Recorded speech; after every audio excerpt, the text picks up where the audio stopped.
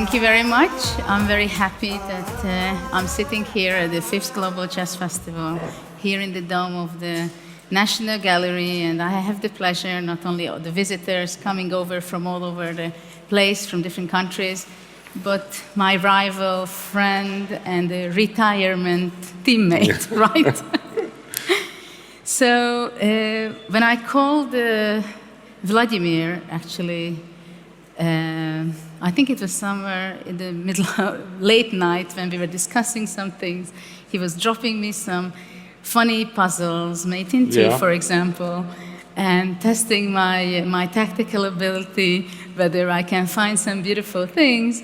I had the idea it would be so lovely to have a talk with him, because we talked a lot in different tournaments with different circumstances, but I thought it would be very nice, as his life is so rich, and he's a lovely and very nice person. Not necessarily I have nice memories on the chessboard, but definitely he's a very interesting personality. And I like to have the opportunities to highlight that chess players are not only active and passionate over the chessboard, and I think sometimes the picture can be misleading. So that's why I thought we have a little chat here on stage. And so actually the festival covers and the conference covers 4 themes. It's sport, science, art, and education. I think chess has its place in all of them. And I think to become a very top player, or even in anything, but let's stick to chess, to become the best, you have to have many skills. So I just want to... You know better than me. Huh? Sure. You've been longer there. Yeah. If I can have a first slide of a picture. So we have a lovely picture which Vladimir shared with me. And I love these kids' pictures. So I'd like to ask you, you come from an artist family. And can you tell me and us that how did you start it? How got you get fever over chess? What made you passionate about the game in the very beginning?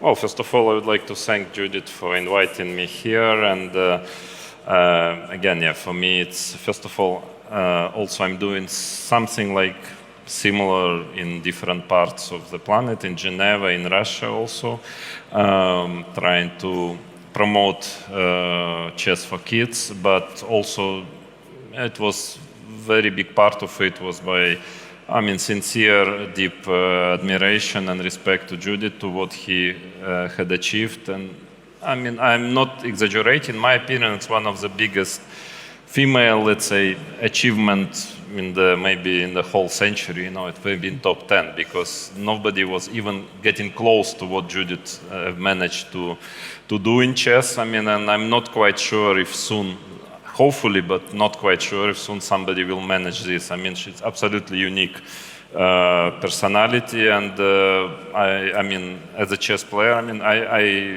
I have a deep respect also, of course, as a human being, but as a chess player, I mean, she's much greater than me, yeah? I mean, in a certain sense. That's, and I'm very happy to be here to help in some way this festival and what Judith is doing.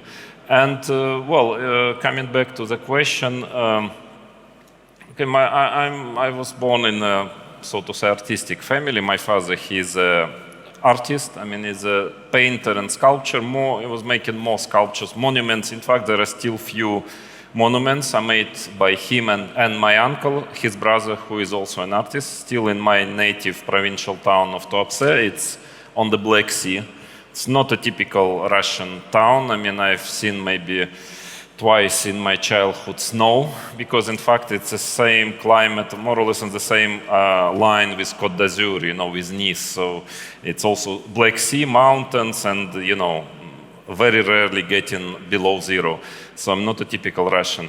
And yeah, so I'm from a provincial town, and my mother, she finished a conservatorium on piano, solfeggio, so she was then teaching. Okay, then soon my brother was born, then me, so she couldn't continue her career as a soloist, so she was just teaching in a music school. So I'm from this artistic background, and you know, in the Soviet Union at that time, chess was extremely popular. It was, frankly, I would say it was sport number 4 maybe after football, ice hockey, and basketball. I mean, by popularity, chess was really big. And Anatoly Karpov, who used to be a world champion at that time, he was a huge figure, yeah? I mean, as maybe ironical as it would sound, he was like a Ronaldo of nowadays, yeah? I mean, in Soviet Union. So it's like everybody knew who is he, everybody knew him by face. And so it was actually very helpful. And then chess was popular. So actually my father, he just taught me how to play chess when I was maybe 5, but without any bad intentions. I mean, not actually trying to make me a professional chess player. It was just a part of culture, yeah? So music, arts, I don't know, literature, and chess was very natural part of this block of culture. And somehow, I mean, I just remember I liked it from the beginning. I loved it. It's not a usual case, I would say, and in fact, I was never forced by my parents or father to study chess. I just asked immediately to buy some books, and I started to learn the rules of chess, how the strategies, and the successes came pretty quickly. I mean, so everything went very natural. Yeah, but definitely it was very much the way that I got introduced to chess. The fact that I got introduced to chess was very much connected maybe with the family environment that, you know, had a kind of artistic, I would say, environment in the family, probably. But maybe anyway, there are some other chess players who have been from different environment and they still were introduced to chess because, okay, it definitely helps when you see chess, you know, for example, on the main channels on TV, there was always some small chess program, or in the news, there's always something about chess. Of course, it helps a lot. Well, at what age did you consider that you're going to be definitely a professional chess player? At 6 already. Oh. Yeah, I mean, for sure. Yeah, I was already convinced. Here you're professional already. Here on this I'm picture. 9 maybe or something, yeah, 8 or 9. But yes, but you know, it just went, you know, when you're a kid, okay, you don't care about making living or something. This is somehow, yeah, it's not a consideration. The consideration is what you like to do. And you know, at the early age, usually you are asked, whom do you want to be? And kids say, okay, cosmonaut, football player, nowadays maybe a blogger, yeah, not in my time yet. But for me, I mean, there was no question. I mean, I was sure I'm going to be a professional chess player because I like it. But, you know, in the child's mind, you don't think that you might not succeed or might, actually, I didn't care if I would succeed or not. Even if I would be just a master, I would be still very happy. So it went natural, and okay, in this children's naivety, I never had any doubt I'm going to be a chess player, and actually it happened exactly as it is. So in a way, I never had a choice, really. Never had a point of time when I was thinking about choosing something. No, I mean, it was clear from the age of 6 for me. Well, the first time I met you, it was... do you remember this picture? Yes, of course, yeah. We met 1 or 2 days before, yes. I think. Yeah. And actually, I remember that we met in Paris at the Imopar Trophy. This was taken there. So most of our audience probably 1992, yeah. recognized all the participants. And I remember that I just heard of you, of course, after the Olympiad. It was that you just smashed everybody and you made 1 draw and 8 victories? Yes. Is that correct? And Kasparov was the one who insisted, what I heard, that you have to be on the team, and actually you were in the last board, right? What, 4? Yeah, I mean, 5th out of 6, yeah. First result. But you were playing in the last board. Yeah, in the last board, yeah. And so it was very clear that you're extremely talented, and everybody was already talking about it, that you're the next potential world champion.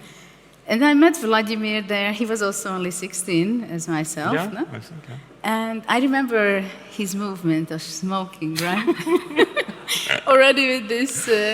And he had already done it. It was very clear that you gave the impression that everything is okay, everything is fine, everything is under control.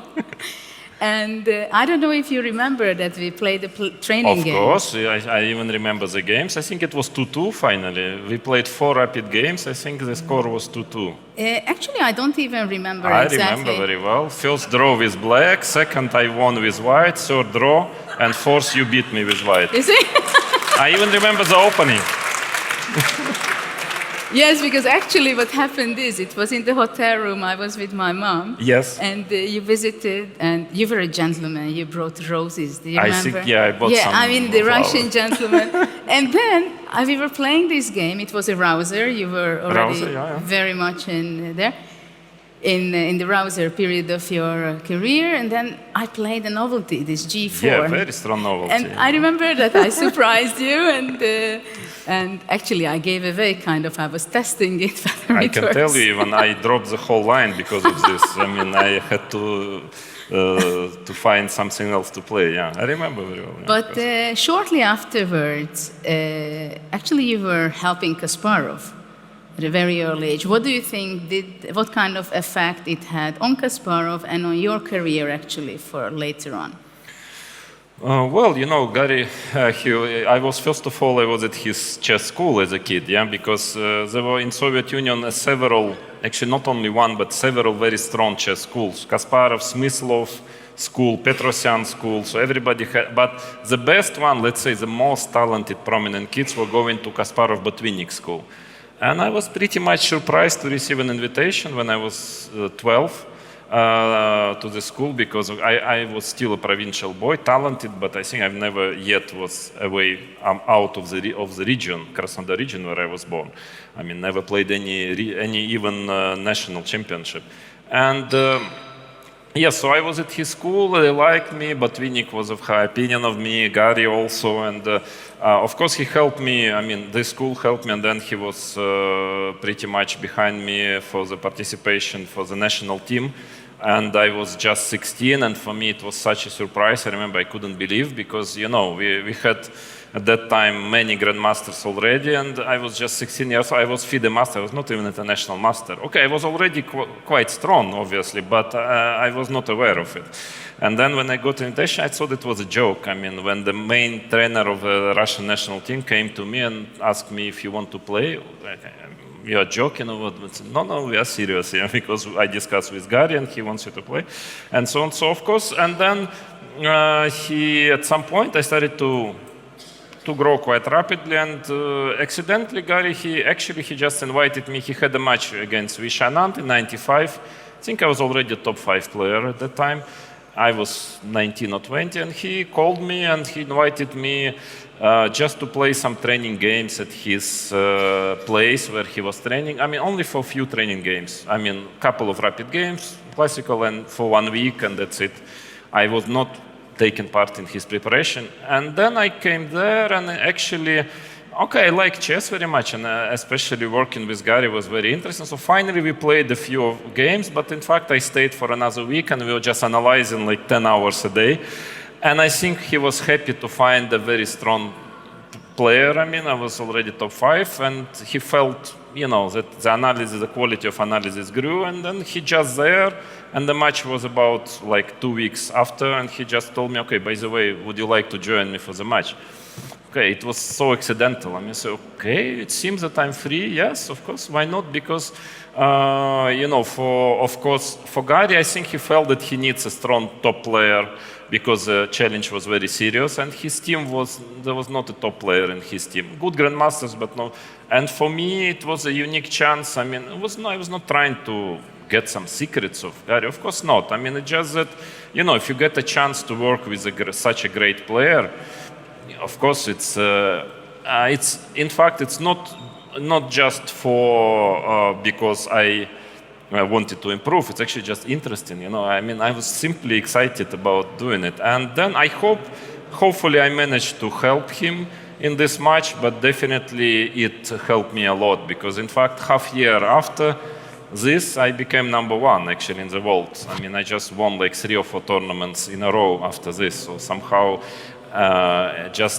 I mean, he taught me something which I didn't try to learn, but I definitely improved. It was also interesting for me that you were traveling alone as age as 16, I think you were Yeah. traveling alone. Ah. Yeah, it's an old picture, very old picture. Probably. Yes, my red jacket, famous red Yeah. jacket. Yeah. So probably it's one of the first games we played. I think it was in Linares, I believe. Linares, yeah, it looks like the Somewhere, boards look yeah. like Linares. This Yes. old-fashioned, but still the first digital boards were Yeah, there. I had a lot of difficulties to face you. And what do you think? What was my biggest weakness? Why I couldn't beat you? Only in one blitz game, No, I think. yeah, but I don't know. But sometimes it happens that there are some players. I mean, it's impossible to understand it logically. It just somehow you have difficult opponent, and you absolutely don't know why. I mean, I also had some, and some. The very usual you have these triangles, yeah, in chess. So player A is always beating player B is always beating player C, and player C is always beating player A. Why? I mean, and I also have a couple of opponents like this, and I come to play. No, I'm not worse. I mean, I'm not afraid, but I somehow always doesn't work. Yeah. So it's I cannot find any explanation of it. I don't think it's. Sometimes it's psychology, it's fear or something. But with me, I know it's not this. I mean, anytime when I'm even not playing well with somebody, I come to a game without any fear. Okay, I forget what was before. I'm higher rating than this player. But again, it's the same story. So it's hard to explain, why it happened. But I don't think it's a matter of style or special chess thing. There is something else which we don't know yet. I mean, Well, of course, you were always one of the best prepared player, and everybody was scared, more or less, at least as much as from Gary's preparation, from a completely different perspective, I think, because you were playing all these very slight advantage kind of endgames, which was quite much irritating me, and I was not very happy. We somehow couldn't get that's why actually difficult. I remember you were going quite often into pretty unpleasant inferior positions because you didn't want this game, and then you were getting it's quite not bad fun to positions. sit there out of with the you for opening. 7 hours silently and be pressed. I remember how happy I was when in one of the Vaikanze events in a different color bishop I could save my game in a pelican. Yes, it was a good save. It was a actually. very, very difficult game. But what I want to go into that you were not famous so much being the artistic player, but lately, before you retired, I was reading more and more and also seeing more and more of your games. Well, of course, you played a fantastic game, for example, Kasparov, and the spectacular in Dos Hermanas. That was an amazing, I was there witnessing closely.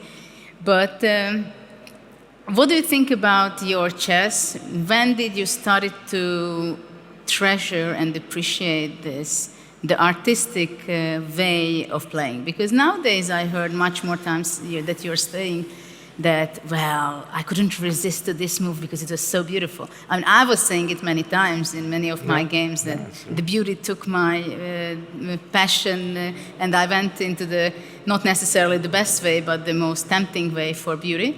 So when did you have this feeling that you have this artistic vision? Well, I think I always had it. It's just that, the aesthetics in chess or in anything else in arts, it's, is very big. I mean, there is a very big scale of aesthetics. So I was always trying. I mean, I can tell you that, for instance, when I was playing kind of very positional chess endgame, it's because I was really enjoying at this particular moment of time. Which was touching me most. It's not because I was trying to be practical, it's just that there were different phases, like in arts. Me too, for instance, I was starting with classics, then I really enjoyed Impressionists, then the Flamands. Just that you are growing, you are changing, and then different parts of aesthetics are starting to appeal to you. So for me, I was playing very sharp chess, very dynamic in the 90s.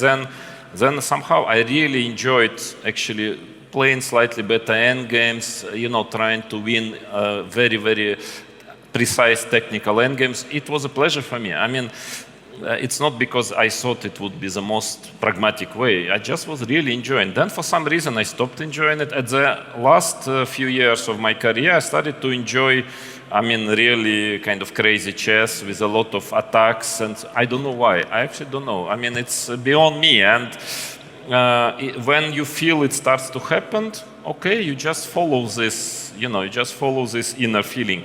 But I think I tried always to follow the feeling inside. So, and I think last few years, yeah, it changed dramatically because, well, somehow I started to, frankly, not to care much about result. I wanted to play full games, very sharp.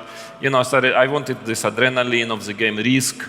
It started to appeal to me. I don't know why, but it was really important for me that the tension is high of the game, that there is a lot of content in the game. Maybe with years, with philosophy, you start to change a bit.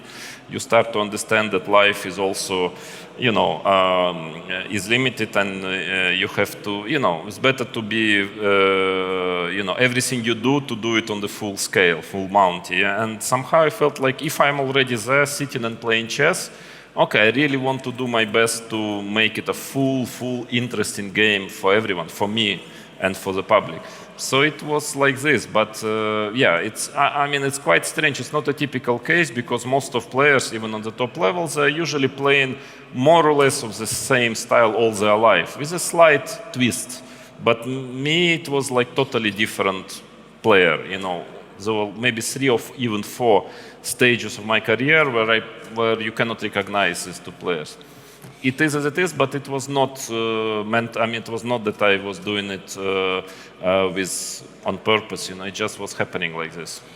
Well, later on, you played your match with Kasparov. In 2000, already engines started to be part of the game, right? What was your strategy?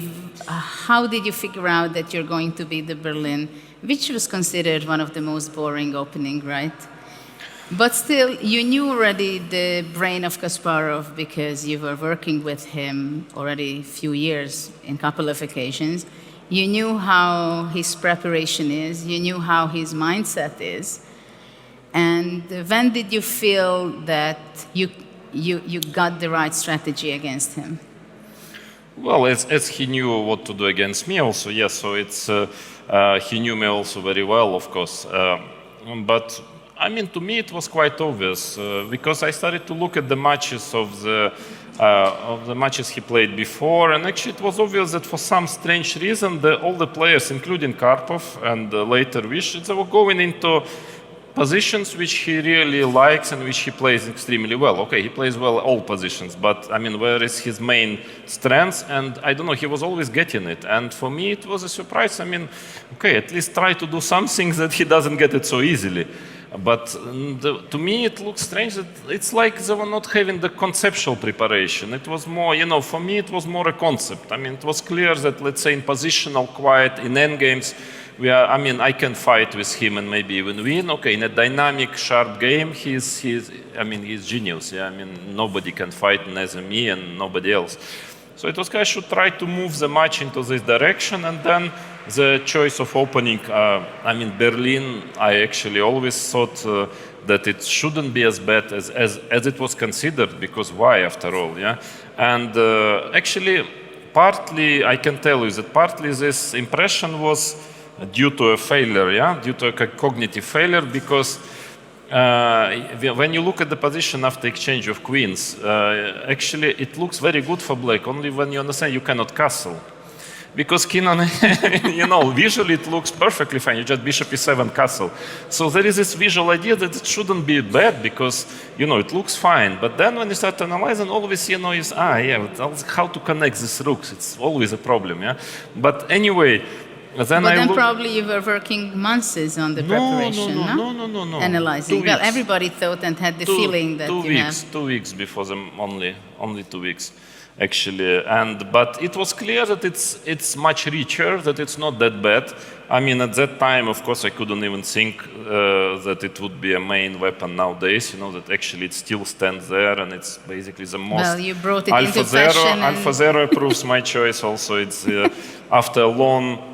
Many millions of games, decided it's the best defense against e4, which is kind of funny. But yeah, it was a lucky match. That it was fitting very well my strategy, and at the same time it was objectively good enough. And yes, it was And somehow I predicted that Gary will try to hit it because he's a very principled player, and which sometimes is a minus also because it was not working well for him, but he wanted to prove, to break it through, and okay.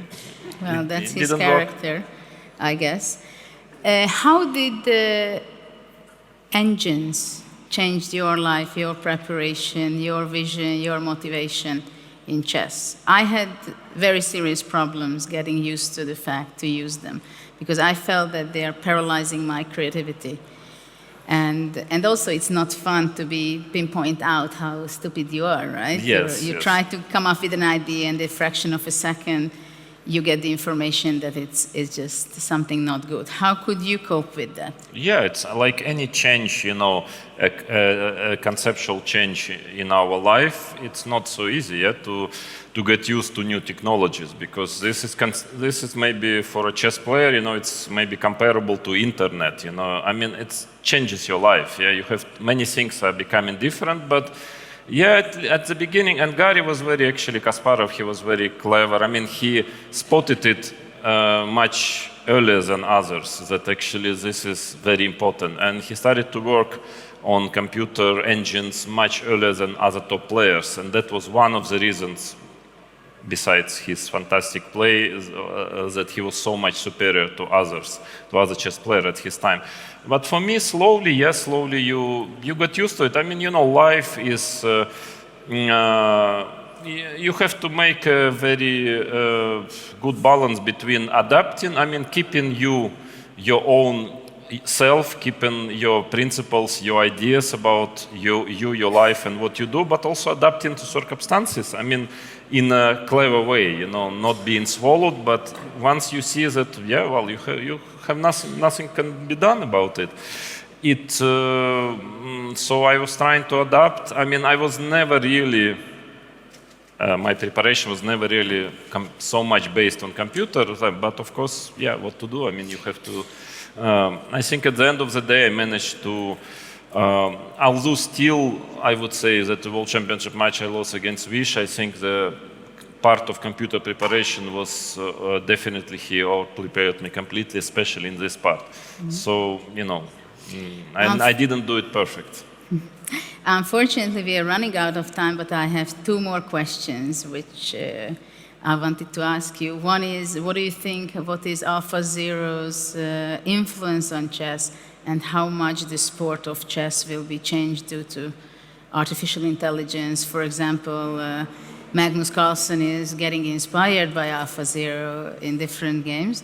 What do you think generally, what can be the outcome, let's say, from now, 5 years from now? I think actually there might be some very good ideas. I'm now working a little bit with DeepMind, on AlphaZero, on different projects. One of it is, we will announce later. Another thing is actually trying to understand what AlphaZero understood. And actually it's extremely interesting. Even I started to build certain general concept of chess, trying to dig why it is so strong, actually, AlphaZero. So I think it can give you a lot of hints, of understanding the game. I mean, it's a lot of work, not easy, but I don't see any negative effect, really, because there are certain ways to avoid sterilization of chess in any case, and we are also working on it, but it can give a lot. And so in any case, any activity, let's say sport, cars are much quicker than, human being running. But everybody wants to see personalities competing. Yeah, I don't think it will lose. I mean, there will still be interest of general public to see 2 best or 10 best players competing with each other because it's humans. Yeah, so I don't think it's going to damage chess as some people might think. Well, I'm happy. I also believe that there are a lot of interesting things. Last question, and please a short answer. I was always asked so many times that I'm a woman, when I get married, I have children, then my career will be over. So I remember when I got married, some people hoped that my career is over. Then my first child got born, then my second child, and I was still competing. And people think that if it happens the same thing with the man, get married, get children. Still, they have the career and only career. How was it for you? You have a lovely family. And how was the switch for you? Because I remember we met in a couple of tournaments, and when your babies were small, you were saying, wow, finally I can sleep as well. Yes.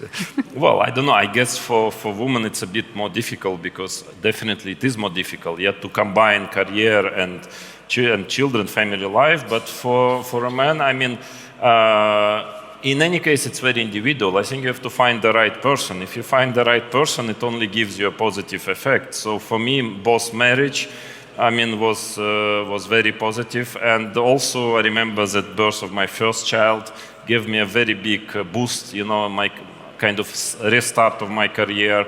Second child was born just before candidates in 2013, when I had maybe one of the best years of my career. So I think it's very individual. I mean, in any case, chess is just a game. It's a much smaller part of life than a family. So, I mean,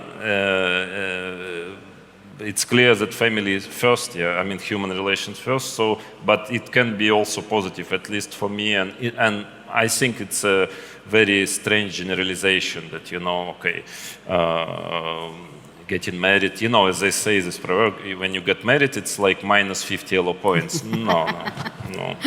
Nonsense. Well, anyway, we both retired, so it cannot work with us. And, well, thank you very much for being here. I would have thousands of more questions, but we are having to the end of the conference shortly. But we have thousands of more festivals, yeah, to come. Well, I would be extremely happy to have you back and continue the conversation. Thank you very much for the audience. And thank you, Judith. Thank you for inviting me. Hope to see you again. Thanks.